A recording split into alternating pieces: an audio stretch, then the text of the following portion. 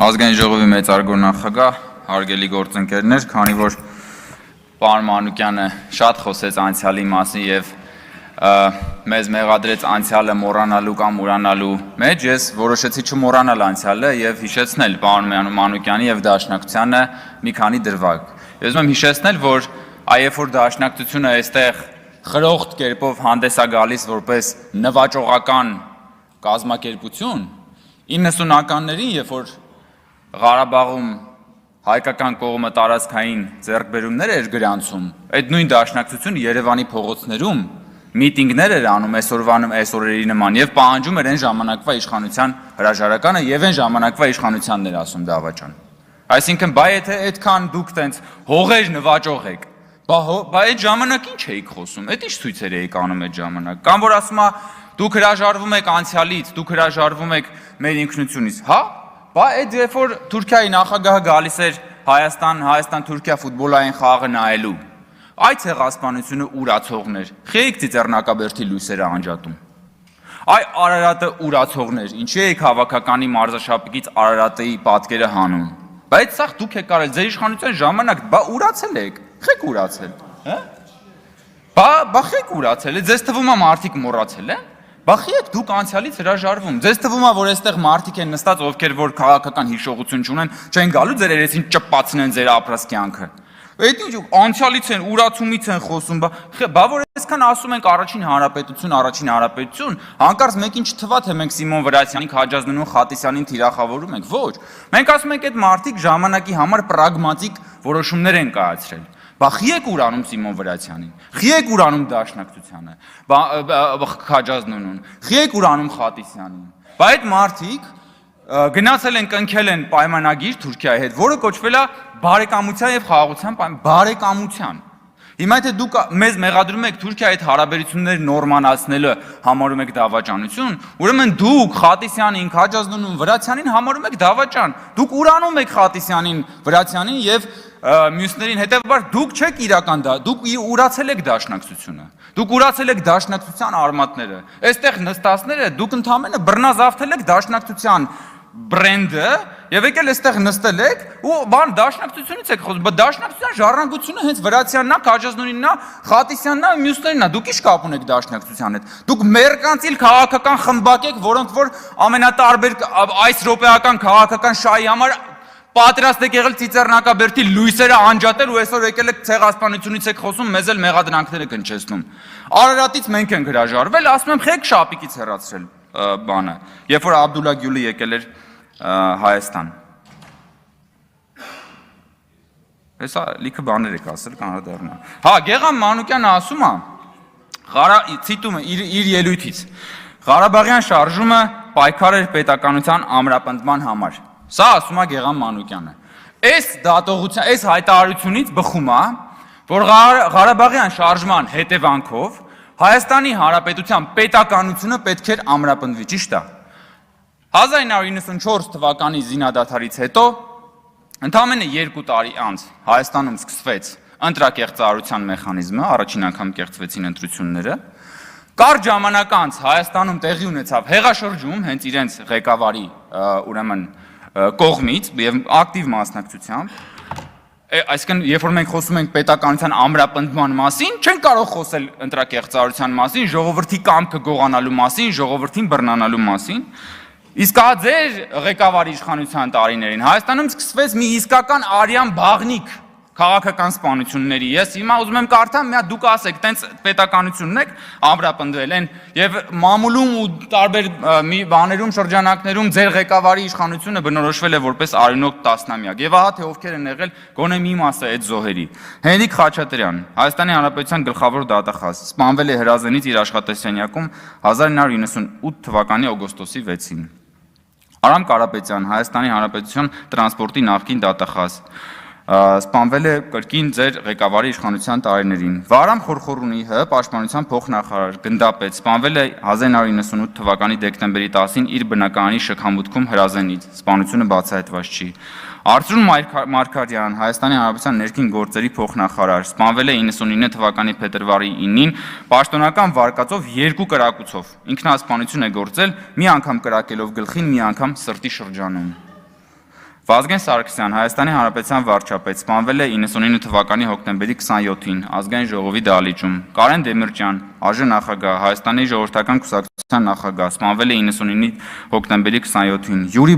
Բախշյան, ԱԺ փոխնախագահ, սպանվել է 99 հոկտեմբերի 27-ին։ Ռուբեն Միրոյան, ԱԺ փոխնախագահ, սպանվել է հոկտեմբերի 27-ին։ Լեոնարդ Պետրոսյան, ՀՀ օպերատիվ հարցերի նախարար, սպանվել է հոկտեմբերի 27-ին։ Արմենակ Արմենակյան,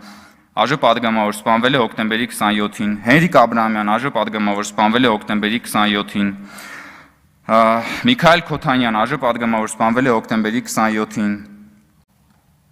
Պողոս Պողոսյան, Վրաստանի քաղաքացի, սպանվել է 2001 թվականի սեպտեմբերի 25-ին Առագաստ սրճարանում Քոչանի թիկնապահների կողմից ծեծվելու հետևանքով նախագահին պրիվետ ռոբ արտահայտությամբ ողջունելու համար դաշնակցական էր։ Տիգրան Նաղդալյան, լրագրող, Հանրային հեռուստախորհրդի նախագահ, սպանվել է 2002 թվականի դեկտեմբերի 28-ին ծնողների տան շքամուտքի հրազենից, եւ սա մի մասն է։ Սենց եք դուք Ղարաբաղյան շարժման հետևանքով պետականություն ուժեղացրել։ Սենց եք ուժեղացրել։ Բա հաղթել էինք։ Հաղթանակից հետո պետքա լիներ ժողովրդավարություն, հաղթանակից հետո պիտի լիներ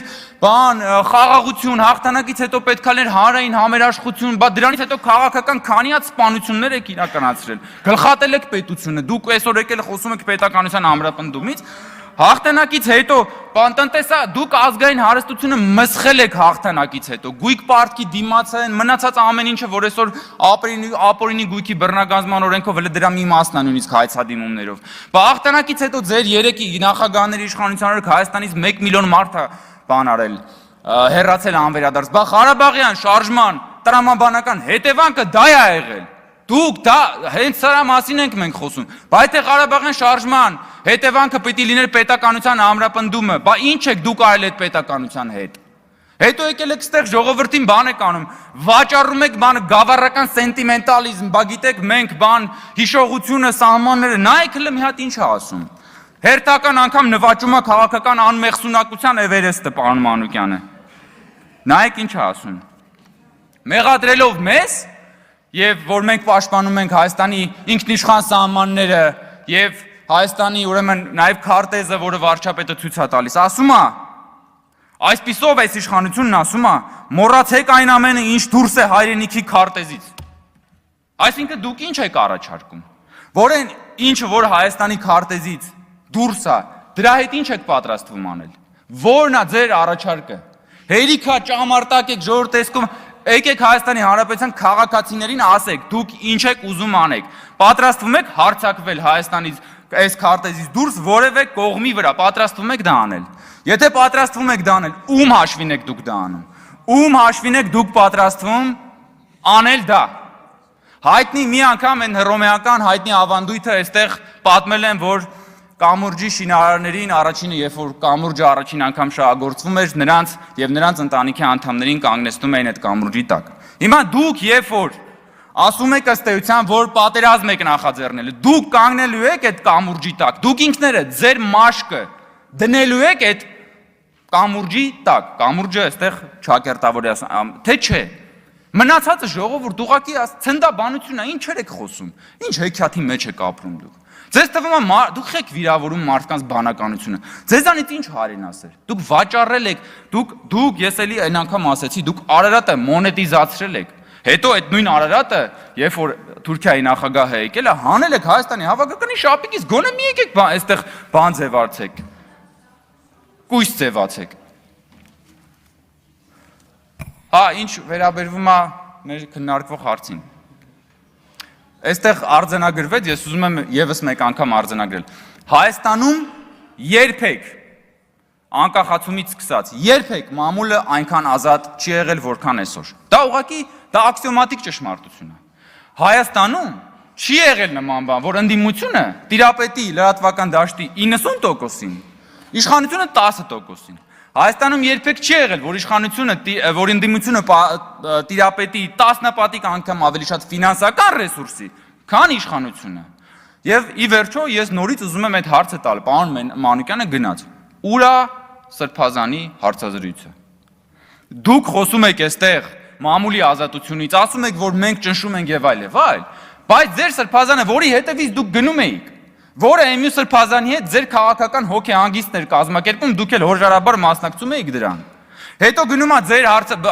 հերոստատեսությունում հարցազրույց է տալի, ձեր շեֆին մի երկու թթու բան է ասում, այդ մարդու հարցազրույցը բան է կանում։ Չնայած նայել մի եսիմիշ չի, Ստալինա սիրտ ուզում, դուք երևի իր սրտի հենց ուզած լրատվամիջոցներ, կետ չի հարցը, բայց դուք փաստացի ինքներդ խտրականության եք դիմում բանի նկատմամբ։ Եվ մի հատ ուրիշ ներողություն հիմա ավարտում, մի հատ ուրիշ պարադոքս կա, սիրելի գործընկերներ։ Ուրեմն այս ընդդիմությունը, խորհրդարանական ընդդիմությունը մեղադրում է իշխանությանը, որ իշխանությունը իրենց հետապնդում է, լցնում է բանտերը եւ չի թողում, որպեսզի իրենք քաղաքական գործունեությամբ զբաղվեն,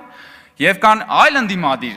գործընկերներ, ովքեր մեղադրում են իշխանությանը, որ իշխանությունը իրենց չի լցնում բանտերը, չի բռնում, չի հետապնդում, որպեսզի իրենք քաղաքականությամբ զբաղվեն։ Եվ քանի որ այս երկու մեղադրանքն էլ կա,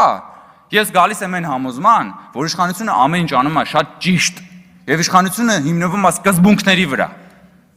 Եվ սա է իրականությունը։ Եվ նորից եմ ասում, Հայաստանի Հանրապետությունում երբեք մամուլն այսքան ազատ չի եղել, Հայաստանի Հանրապետությունը երբեք այսքան ժողովրդավար չի եղել, Հայաստանի Հանրապետությունը երբեք այսքան մեծ շանս չի ունեցել սեփական ինքնիշխանության պաշտպանության համար, ահա թե ինչու աղմկում է խորհրդարանական ընդդիմությունը։